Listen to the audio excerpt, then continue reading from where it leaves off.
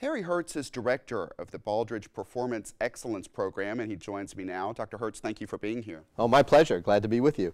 Let's start at the beginning. So we know this award is named for a former Commerce Secretary. With what goal in mind?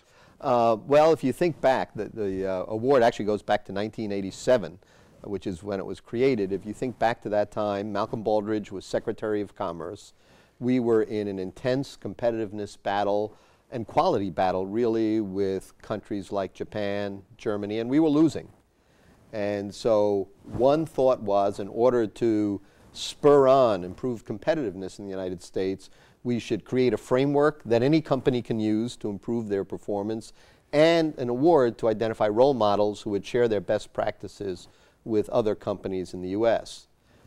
That law, and it was a law that was being proposed, was floundering in Congress. Malcolm Baldrige, unfortunately, died in a rodeo accident. He was a semi-professional rodeo rider, and they got the idea to link his name to the award, and it sailed through Congress because of the popularity of Malcolm Baldrige, and that's where we came from. So when an organization receives this honor, what message does that send? I think what it sends, well, there have been 99 Baldrige Award winners in 25 years. So that's 99 out of the hundreds of thousands of businesses and organizations in the U.S. It says you're a role model for the United States, and it's something to be pretty proud of. So let's get specific to Irving. Okay. What stands out about Irving? Well, I mean, a number of things stand out about Irving. And Baldrige looks at everything from leadership to strategy to customers to employees to results. And what stands out about Irving is, first of all, that you've got all that linked together in an excellent performance management system, and then you deliver the results. Results like AAA bond rating, so financials. Results like what you've accomplished with Lean Six Sigma, so process improvements, reducing waste, coming through a tough economy with savings, cost savings, real cost savings. I think the number was something like $44 million since 2008. Engagement of your employees, satisfaction of businesses and citizens. All of those things are things that weigh into the determination. You talked about engagement of staff, but what about the services that staff provides? Yeah, I mean, the services that staff provides is the customer piece of it. And that's another one of the things we looked at. And if I recall numbers correctly, Irving had a satisfaction rating from customers of around 74%, whereas the state of Texas is somewhere around 45%. And by the way, the federal government is around 38%. So traditionally, this honor, as you mentioned earlier, is for businesses. So how unusual is it for a government agency, a municipality, to receive this honor? Well, Irving is the second municipality to have received the honor.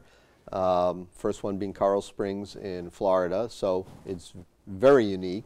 The award started, of course, as strictly a business award, and over time has expanded to education, healthcare, and then to government.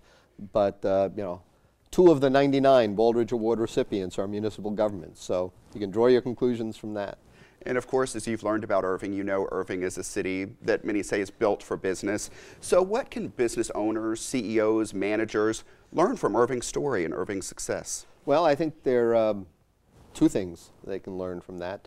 First, to be proud, because they have their businesses in, you know, a top-rated city in the United States.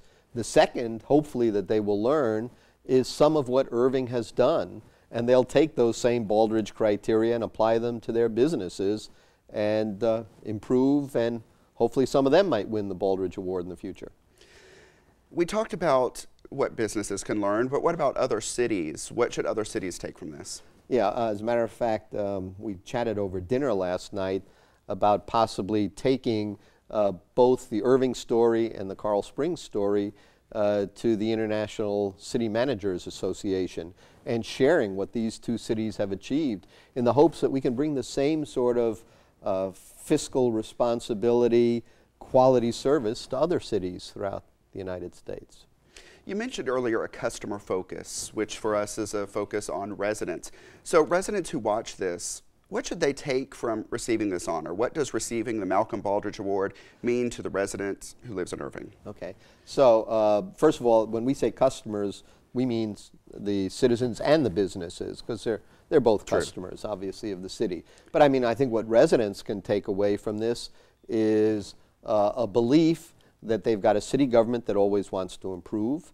They've got a city government that's interested in hearing from them and delivering services to them. We just chatted before coming on the air here about some of the services provided at rec centers here.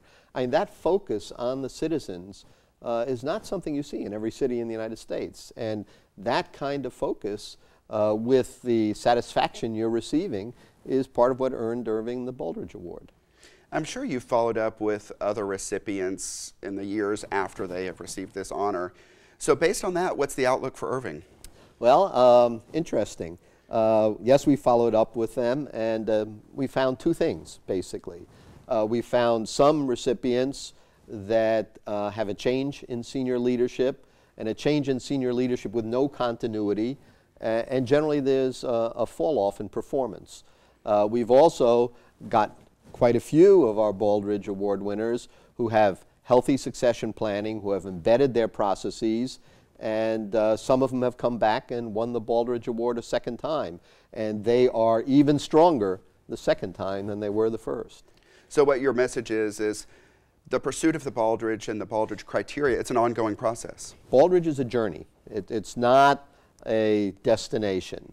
And you know, one of the things that we say by way of example, if Irving wins the Baldrige Award this year and then says, okay, we're there, we'll do no more, and applies again in 6 years when you would be eligible to apply again, chances are you wouldn't even get a site visit in our process, because the bar keeps getting raised, performance across the board gets better, and you have to innovate and improve to remain at the forefront. In closing, any other impressions you want to share of Irving? I guess one of the impressions I've had of Irving is the diversity of population in Irving and how you strive to serve all citizens in Irving. And I think you know, if we look at some of the other government winners of the Baldrige Award, and there haven't been many, one of their hallmarks is in almost every case they serve a diverse community and they serve everybody in the community. And I think that's a hallmark of Irving. Dr. Harry Hertz, thank you for being here and thank you for your time. My pleasure.